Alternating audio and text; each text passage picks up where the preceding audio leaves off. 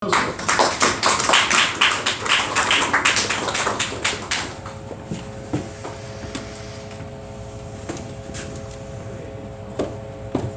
you so much, Karl. You're so generous. I'm so happy to be invited to the launch of your book. I'm a great admirer of your work, as you know. Just a second. And thanks to everybody for coming. I'm going to start with, this book came out at the beginning of the pandemic, so any opportunity to read from it, I take. So this particular poem is a long poem, and the impetus for it, the inspiration, like the animus, the energy of it, I was inspired by B.P. Nichols' poetics, not the stylistic form or anything like that, but the spirit of his poetry. It was a great liberator for me. The poem that I'm going to read is in several parts, and it merges the image of the Empress Theodora, which comes to us primarily through the writings of a man called Procopius, who wasn't very favorable to her, and it merges with some of my own autobiography. The Dream of Theodora. Theodora in Kuwait. In Kuwait, and first inside the shapes of mountains and their soft edges, promulgations of forms, their precipitous sharpness already inside her, always with gentle voice of father and of mother, who loved her and would constantly, though the ghosts were not soothing, for they announced overwhelming illuminations in darkness. Even so, the mountains persisted, taught by light and constant promise of the beyond, with snows announcing an other, insane, with big people and their tenebrous inheritance of pain, forcing memorization and torment of memory of the cruelest cipher. 71594. That was my father's prisoner number. Enumerations etched with efficiency generated by early algorithms tattooed for the ages by the devastation machine. Such was demonic catastrophe, always ghostly, rubbing against the new life of parents who kept on being and non-being in crepuscular states, inside and outside the ash, the bound in reverence to fear in the chambers as the gas was inhaled for generations to come. Gloom, dance, gloom.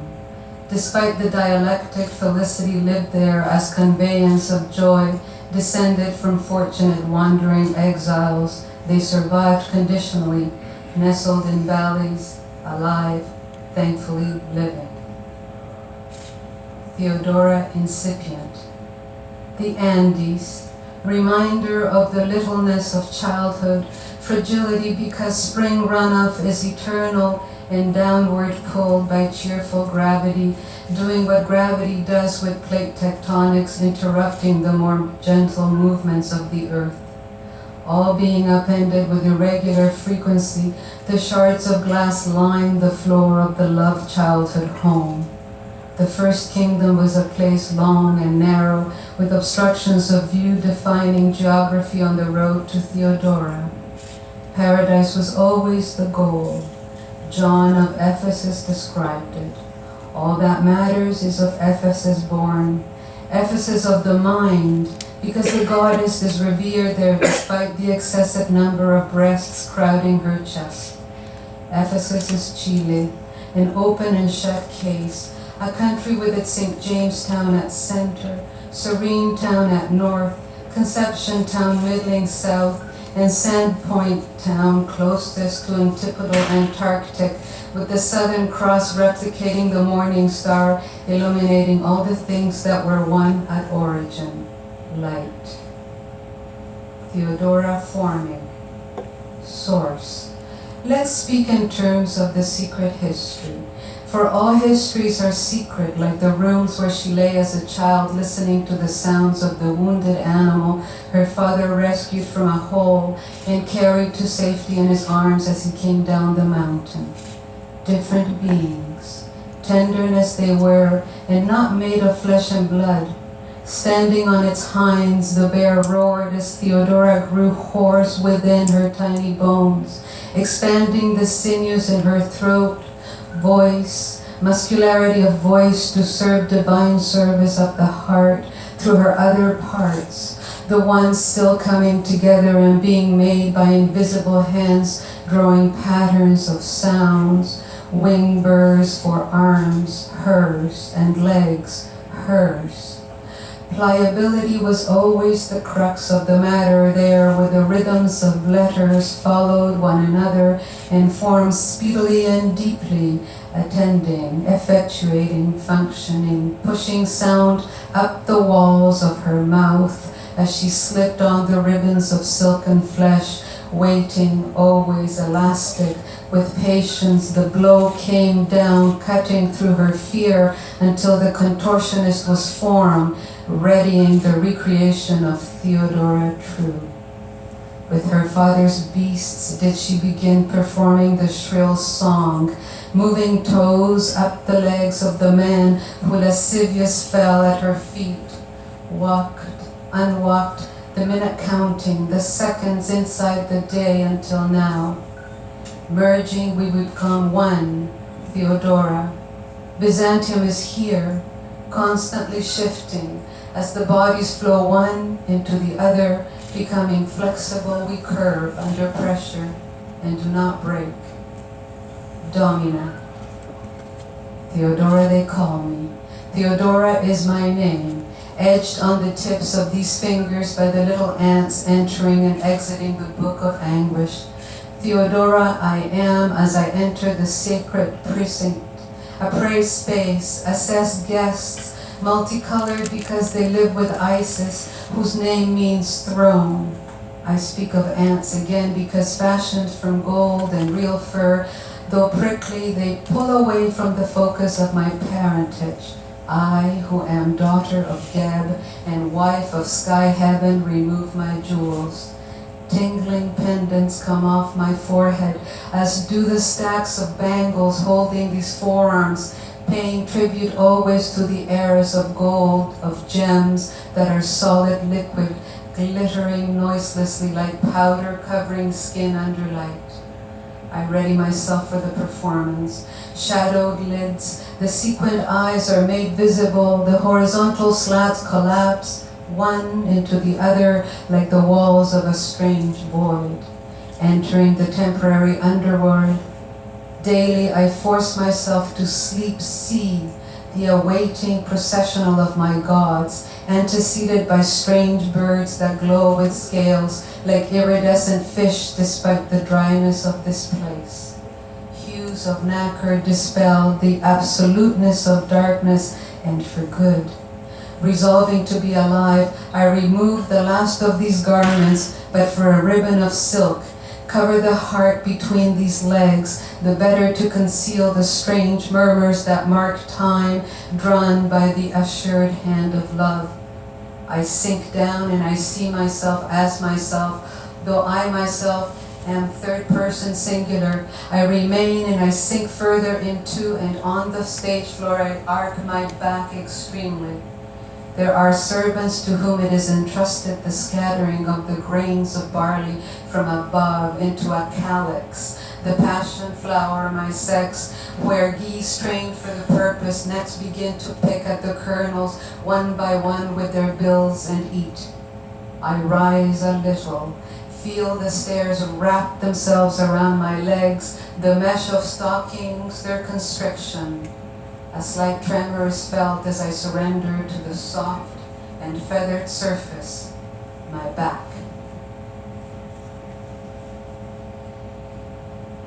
The T.E. Lawrence poem, A Story of Egypt, Twisted. The goddess changes form often and usefully. She grinds her teeth. She curses and blesses whenever the enemies come between the love of Osiris and Isis. Egypt is on tip of tongue and at nerve endings. All I want is to boil the hell out of myself. It's likely due to the chatter, I say, because it obscures the blessed Queen of Heaven, Ceres.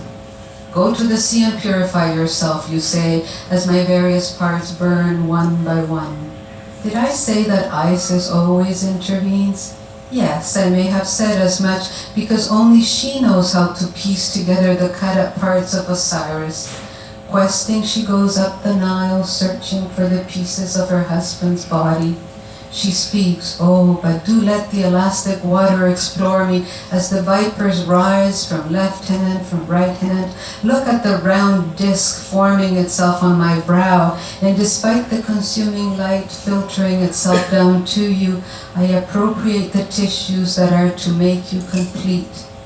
Restoring your cock I go, not in the usual ways of the sea and its sinking animals, the ones that swim with the voracious fishes that consumed it before was laid the mantle of dark, so the stars in your eyes would shine brightest. Osiris, I invoke you. Much after the perfumes of Arabia were spent, and the flowing waters turned into rivers of sand, Gwendolyn, you said, at Mecca, there is a sacred well called the Zemzem.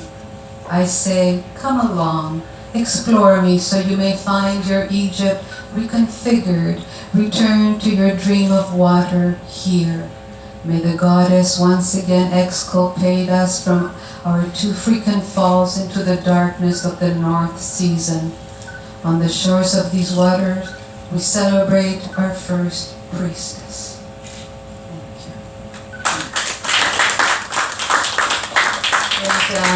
I've been asked to introduce the man of the hour, Karl, because it is his book that is being launched, and so it's fitting that we clap before he even comes up.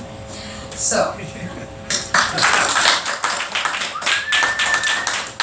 I'm going to read a little biography. It's very modest. It does not capture everything that Karl has done.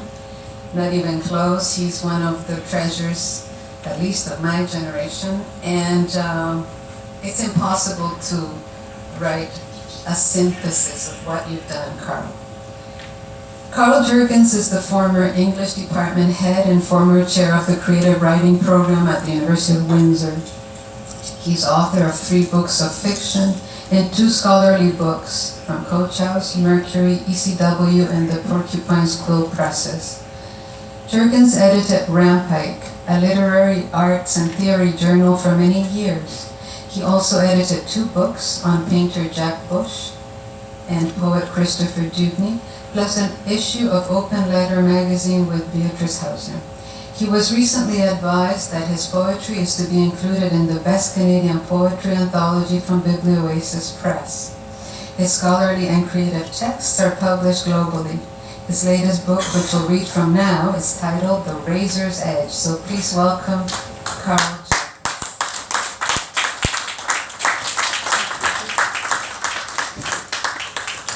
Well, thanks very much. Great.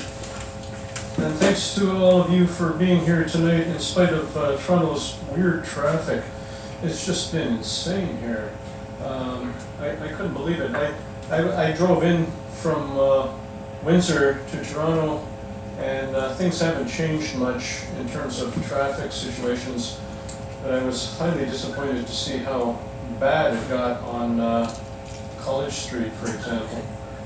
Anyway, but thank you for being here and being brave enough to show up, so I really appreciate it. I'll begin by saying a rhyming poem, which you're not supposed to do these days, but I will anyway. Scintillating semantique is the thing that does the trick. Grandiloquent fecundity fills the ear most pleasantly, but we all best accentuate when clearly we enunciate. Lecture, preach, pray and teach, fill the room up with your speech. Jibber jabber like a monkey, talk the hind leg off a donkey. We've all heard some great orations, speakers, clever declarations, recitations, exhortations, wisely worded perorations. Only one thing you got to know, whether you come or whether you go, as language is as language does. There ain't no need to make a fuss, provided your vernacular is acoustically spectacular.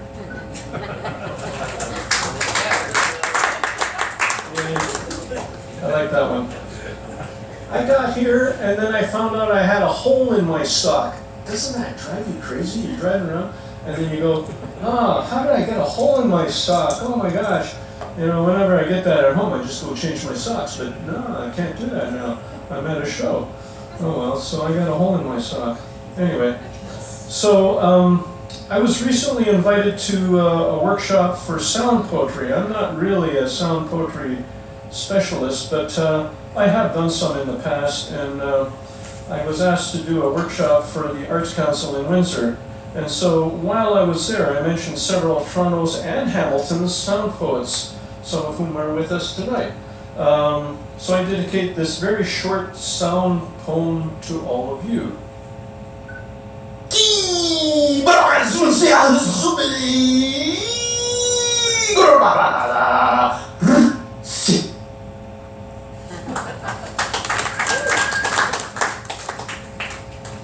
Okay, I got a new book out. It says hold up book cover. Okay.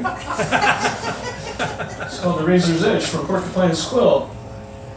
And special thanks to my publishing team at Porcupine's Quill, including Stephanie Small, Elke Inkster, Tim Inkster, whose prize-winning book designs always draw wonderful responses. Recently I read in Toronto for 100,000 Poets for Change. It was on September 25th, and this book reacts to many of the problems in the world and asks for change in the way we respond to our many crises. This collection of short stories, The Razor's Edge, responds to Somerset Maugham's novel of the same title. And like Maugham's protagonist, the narrator in this suite of short stories is traumatized by the state of the world and is on a quest for greater meaning. The excerpt that I'll read from is timely because what happened to so many of Russia's independent neighbors during World War II, including the Baltic states of Estonia, Lithuania, and Latvia, is again happening in Ukraine.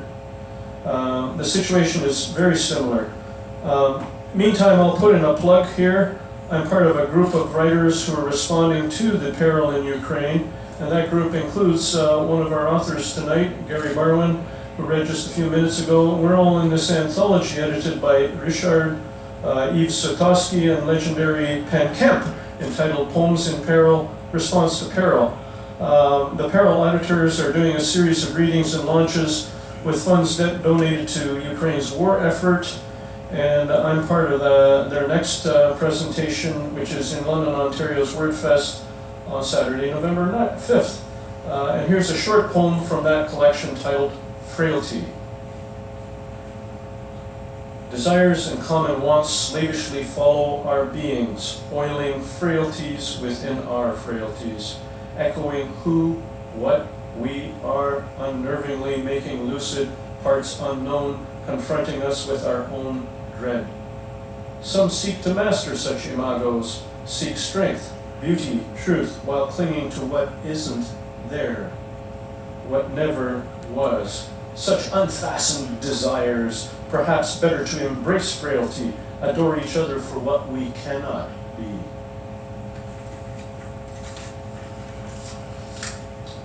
Okay, and here's a bit from The Razor's Edge, from the story titled The Freshness of a Dream. This is very short, so I'll read you a little bit of it, just as an appetizer. Speaking of appetizers, eat some of the food over there. My mother and I are sitting at her kitchen table. She sits with her back to a glass storm door. I gaze at the tangled garden behind her. My mother is quietly crocheting a hat for my son. She peers through her glasses. Her old fingers nimbly turn the wool, strands on light metal crochet hooks. It's time for another tea, but I'm held in place by a strange inertia. To break the inertia, I ask her what happened to her brother during the war, my Uncle Joe. She fed me small pieces of that story before, but I hunger for more. My uncle had been fighting with the partisans, first against the Nazis, then the Soviets. My mother informed me that he was tossed into a mass grave, only to be retrieved. The entire nation had been forcibly occupied. The bulldozer driver, a patriot, was ordered by a Soviet commander to cover up dozens of bodies. The bulldozer driver refused. He witnessed several fingers moving on my uncle's left hand. They threatened to kill the dozer driver, but he rejected the threat. I'm the only bulldozer driver for hundreds of kilometers. If you kill me, you'll have mass contagion. The commander shrugged, relented, but remained pissed off. He ordered a pair of soldiers to haul my uncle's body out of the trench. The dozer driver ensured they hospitalized him. My mother told me my uncle was among several partisans sitting in the back of a resistance truck, the kind with a canvas tarpaulin covering the back. The truck driver inadvertently trundled up to an unexpected military checkpoint. Realizing the danger, the driver stomped on the gas, swerved past the checkpoint barrier, but one of the ground troops managed to lob a grenade. My uncle was near the front of the truck bed. Knocked unconscious, he was bloodied, blinded, crippled on his right side. Bodies of the other partisans shielded him. I wanted to know more.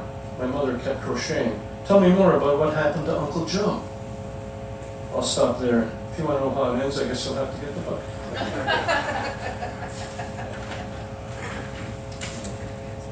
Shameless self-promotion. The next piece offers a short depiction of my father who was dying of Parkinson's disease in a nursing home in Windsor. I had him transported there from Sudbury, because I live in Windsor now. I'm originally from Toronto, West End. Tra, that's how you say it. I believe that's the correct pronunciation. Tra, T-R-A-W-N-A. So this is a short excerpt of a longer piece that's titled Father's Day, and this bit will be in my next book. It was published in a U.S. journal called The Typescript. It was also awarded inclusion in the Best Canadian Poetry Anthology of 2023. And so it's a prose poem. Here's the excerpt. It's Father's Day again. In my dreams I see my father standing there surveying theodolite atop a tripod up in Sudbury, far from Riga. He ran for his life, and now he's in this place, in bed, aged 90, with Parkinson's. He stutters, words break in his mouth, he can barely walk. When he does, he staggers, falls into the wheelchair. He thinks he's 99, he's not. He thinks he's going to work today, he's not. He thinks he's late for work, he's not. He thinks he's in Riga, he's not. His eyeglasses no longer serve, he can't focus. He insists that his toothbrush must be exactly 5.88 millimeters, no more, no less. He's lying in bed, in diapers, trousers round his ankles, unable to stand, not good at moving. He tells me he dreamt that he walked around the room, walked outside, smelled pine fresh air on the family farm. He hasn't been on that farm since 1942. He has no idea what year it is. I tell him to read my calendar book. The date is clearly posted, but he can't focus. He thinks it's 1945. It's not. He thinks he's 99 years old. He's 90. He thinks the clock is wrong. It's not. He thinks he has to go to work. He doesn't. He thinks his wife works every day. She doesn't. He thinks people are stealing stuff from his bathroom. They're not. He thinks he's signed numerous legal documents. He hasn't. He thinks I've written my address on the wall. I have not. I explain all of this to him. Slowly, carefully. He only half listens. It takes time. I think I'm going to get a parking ticket. I don't.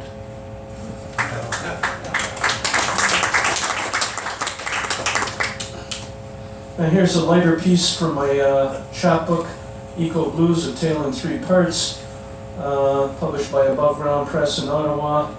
I have copies of this chapbook available with me, and if you want one, just come on over to my table, it's right over there. So this is sort of semi-serious because it's about ecology, but it's also supposedly funny. I don't know. I think it's funny, but well, we'll see. It's this short excerpt is about a protagonist who goes for a job interview at the University of Toronto, but on the way their car gets stuck behind a garbage truck, and then something magical happens. The piece was originally called Putting on the Ritz, but I changed the title to What the Garbage Buddha Said. It's under 5 minutes long, and here's the excerpt. At the edge of the city is a massive garbage dump, a landfill, a wasteland, and in the midst of it there's a mountain basking in sunlight, Buddha-like. The garbage Buddha contemplates all the garbage that is and all that one day will be garbage. Listen to the garbage Buddha's chant. Om Amo Ga Siddhi Ahom. All that is garbage. All that will be garbage. The things that are not yet garbage will one day become garbage. No one is an island. We are peninsulas connected to our garbage. We are the garbage that is now.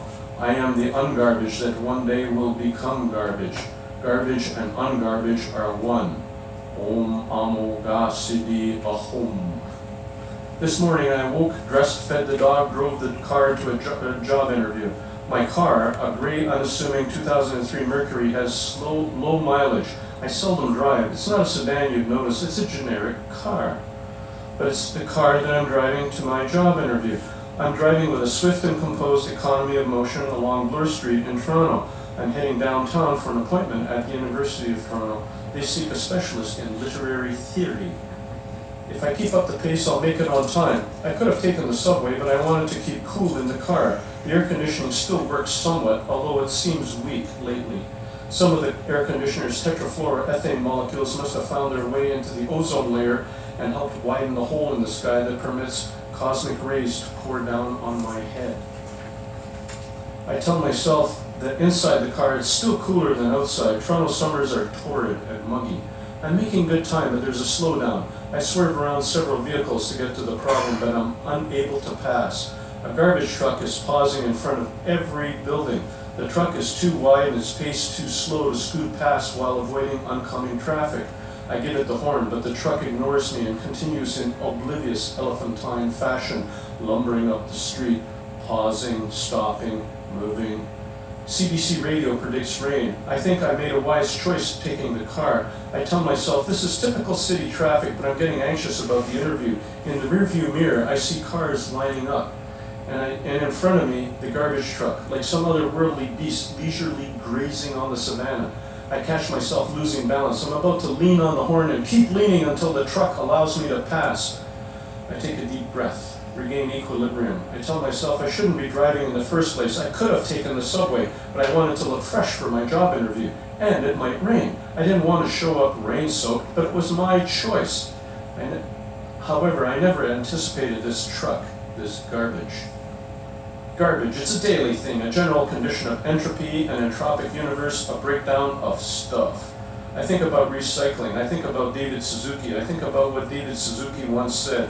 David Suzuki once said, "We are heading for an ecological disaster of unparalleled proportions." Metaphorically speaking, he said, it's as if we're heading in an automobile towards a concrete bridge abutment at over 100 miles an hour, and all we do is argue about where we sit in the car. Or words to that effect. But I'm not hurtling, I'm inching in an 03 Mercury behind a dawdling garbage truck. I turn up the air conditioner. It doesn't respond. I suspect that over the years the seals of the air conditioning unit have collapsed, and one by one molecules of tetrafluoroethane are escaping even now, leaving a few remaining hard-working molecules in the machine, and those few molecules are feeling lonely, abandoned. And soon there will be too few molecules to keep me cool. I imagine the last molecule of tetrafluoroethane liberating itself from the air conditioning unit, rising free into the hot city smog, dancing happily with other gas molecules, monoxides, dioxides, all together in a molecular fandango, rising towards the stratosphere, finally free from all of this. There will come a day when all but one molecule will have escaped, leaving the air conditioning to a single molecule, all alone in the stifling dark. I remember some parties ending that way. I'll jump ahead a bit. Then the protagonist notices something strange about the garbage collector. I'm watching the garbage collector as I inch behind the truck, maybe Japanese. One of my best friends in college was Japanese. I think of ontolinguistics and clones as something I can talk about at the job interview. The collector looks like my best friend, but I don't think this garbage collector is my former pal. My friend is now an industrial psychologist working in Ottawa. As far as I know, they're not working on a garbage truck in Toronto.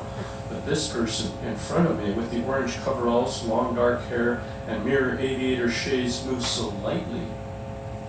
As the truck periodically surges ahead, the collector leaps from the back of the truck, returning to the tailgate with cat-like precision, perfect timing, swinging a leg, one arm comfortably looped in a large metal hand grip, one shoe perched solidly on the running board, occasionally facing backwards, then pirouetting to the other side of the truck, cool, smiling as I try to pass. But oncoming traffic is still too heavy. The collector does a half-step twist, pirouettes to the running board's other side with a graceful ballet move, flawlessly shifting with an economy of motion, elegant physical equilibrium, I'm thinking cross-cultural identities, surrealism, and representational derationalization. As I'm focusing on those rhythmic movements, the radio catches my ear. Ella Fitzgerald is singing Putting on the Ritz. Everything comes into focus. The garbage collector moves in harmony with the music. I still have my window up, so I know they can't hear. But the garbage ballet is in perfect sync with the radio tune, a terpsichore of trash. Let's all go where Rockefellers walk with sticks and umbrellas in white mitts. Aristocratic swank. The collection of refuse becomes a fluid synth-pop jive ballet. The music fits in white mitts, putting on the Ritz. I laugh. The garbage collector notices. I'm thinking fiction, friction, invisibility pop, representation, la-la, Fred Astaire, spats and cane, top hat and tails along the avenue. An elegant dismount followed by 2 hefty orange bags pitched on board without breaking tempo. I'm thinking millennium anxiety, posh tap dance, post-romantic transcendence, transhuman rubbish sublime. Collector's feet hover above the ground. Are those white sweat socks, or do I see little white wings at the ankles? A grin and mug targeted straight at me. Posturing, swinging to the other side of the truck, eyes peering over mirrored aviator shades, watching for a reaction, maybe seeking applause. A Hermes of refuse sending me an inscrutable message. I realize that the collector knows how talented they are, hamming mercurial. I smile as the truck pulls over and stops for a colony of garbage cans. I wheel by and give a small wave. One of the collector's white mitts waves back. It has taken forever. The collector dumps a garbage can of loose confetti into the hopper. A flurry of paper bits fills the air. As I pull past, a gentle snow has begun to fall. It is winter. I am 8 months late for my job interview.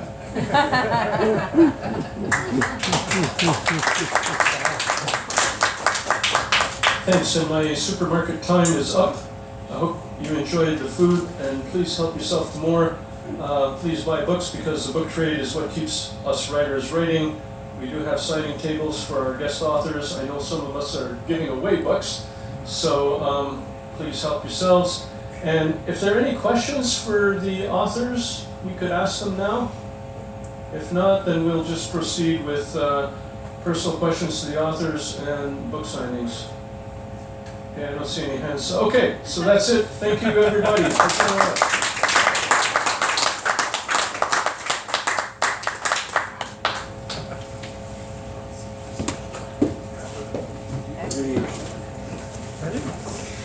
Well, congrats. That was a good one.